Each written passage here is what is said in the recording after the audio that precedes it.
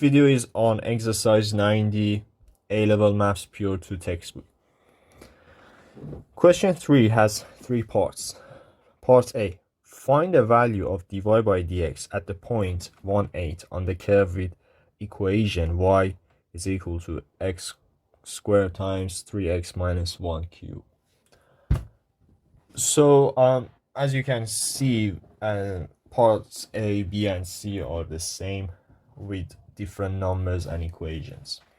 So whenever we want to find the value of dy dx on any curve, we need to differentiate that first, as it's obvious because we are looking for dy by dx. And since we are looking for a value, we need to substitute the x coordinates because we are talking about the gradient of a point on that curve. We want to know what is the gradient of that point, so that's why we substitute that x coordinates into the equation of the gradient or dy by dx. So part A, dy by dx is equal to, so as you can see, we can use the product rule here because we have because it has two different parts. The equation has two different parts. We have x squared outside being multiplied by 3x minus 1 cube. So this is the type of differentiation where we use the product rule.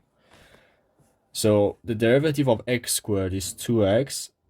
So product rule is always the derivative of the first function times the second function, and the derivative of the second function times the first function.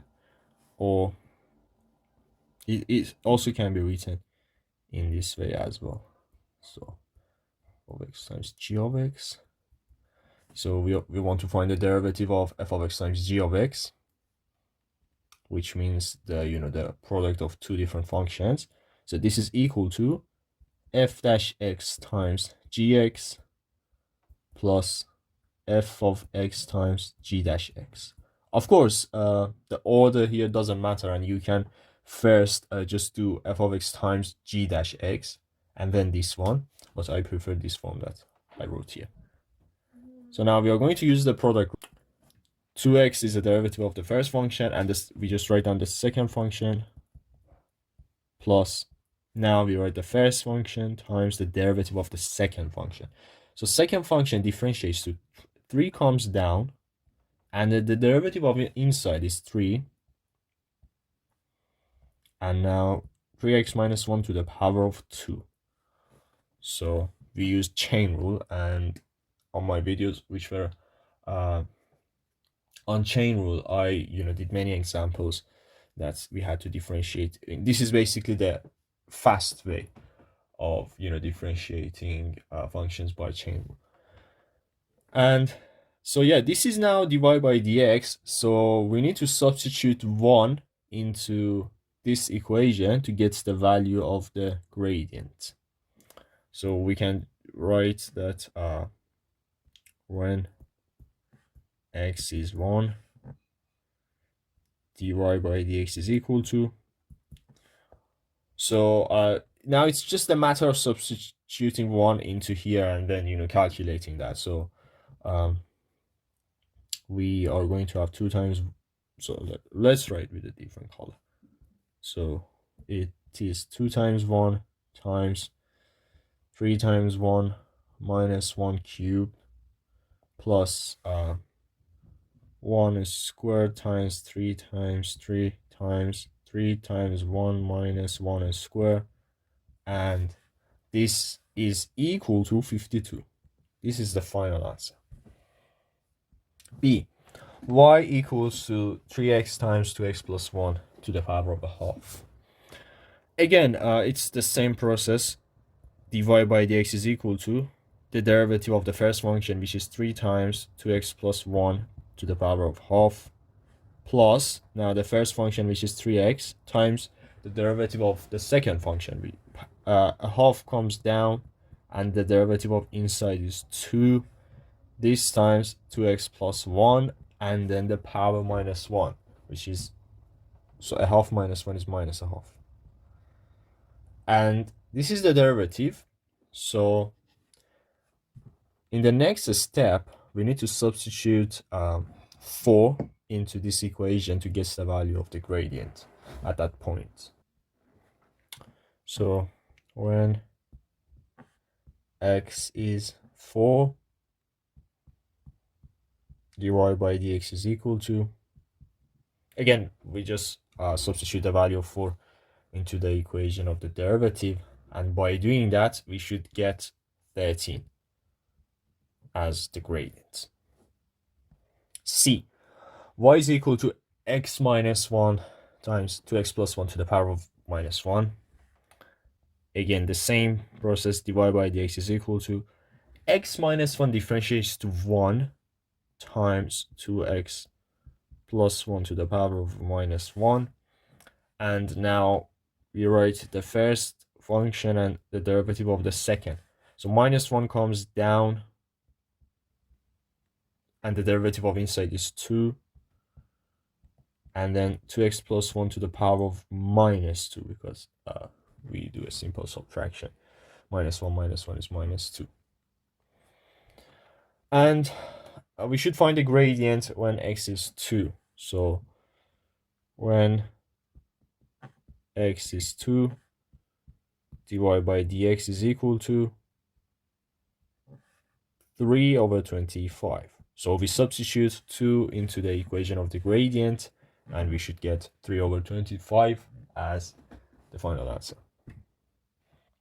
Question 4. So this one is a slightly more interesting than question 3. Find the stationary points of the curve C with the equation y is equal to x minus 1 square times 2x plus 3. So this time, which is a very common question, by the way, that we want to find the stationary points of, for example, curve C in this case. And so yeah, it's very common that you will see a lot of questions like this in your exam, and usually they have several parts. And so how can you find the stationary points of a curve? So for any curve, you need to differentiate that first to get the derivative, equation of the derivative. And then you need to solve an equation, because the equation of the derivative equals to 0 is going to give us the solutions to that equation are going to give you the x coordinates of the stationary points, because remember, at the stationary point the gradient is equal to 0. So we use this fact in order to find the x coordinates of the stationary point. And then since it's asking for stationary point means that we need to find x and y coordinates. So we substitute each x coordinate into the original equation, or the equation of the curve, to get the corresponding y coordinates. So now let's get started. We start by differentiating this. Dy by dx is equal to, so the derivative of the first function, so 2 comes down, and the derivative of inside is just 1 times x minus 2, and the power minus 1 as usual. 2 minus 1 is 1, times the second function. And now we write the first function times the derivative of the second function, which is only 2, because the derivative of 2x plus 3 is 2. And now this is the equation of our derivative. And now we can solve the equation, because we said that at a stationary point dy by dx is equal to 0. This is always the case, because the gradient at a stationary point is 0. Now we can use this fact to solve the equation. So this is going to be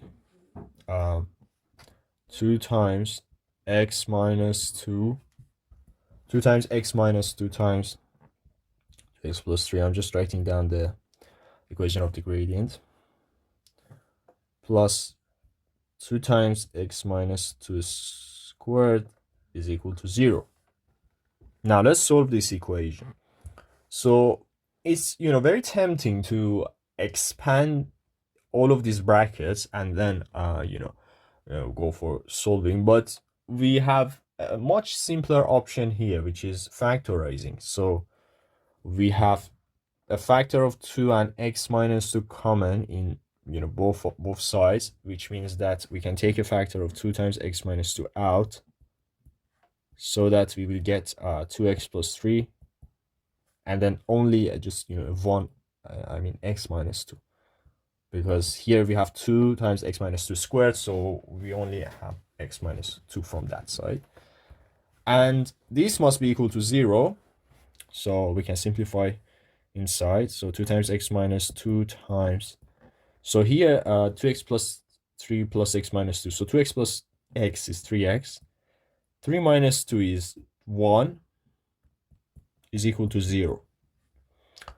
So hopefully you can remember this form, and whenever we have equations that multiple brackets, in this case 2 brackets, are being multiplied to each other and that's equal to 0, then in that case either of the brackets must be 0, so that the whole thing is equal to 0. So either this one must be equal to 0, so that 0 times this bracket gives us 0, or this bracket is 0, so that this times the right hand side times the left bracket gives us 0.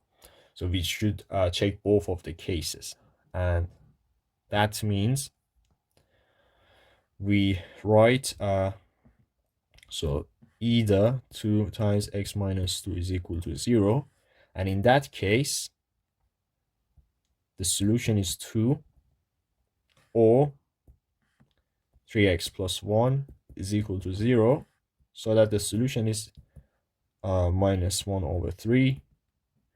And these are our x coordinates of the stationary points, and we only have to do one more thing, which is finding the corresponding y coordinates. So we just need to substitute 2 and minus a third into this equation, which is the equation of the curve, to get the y coordinates.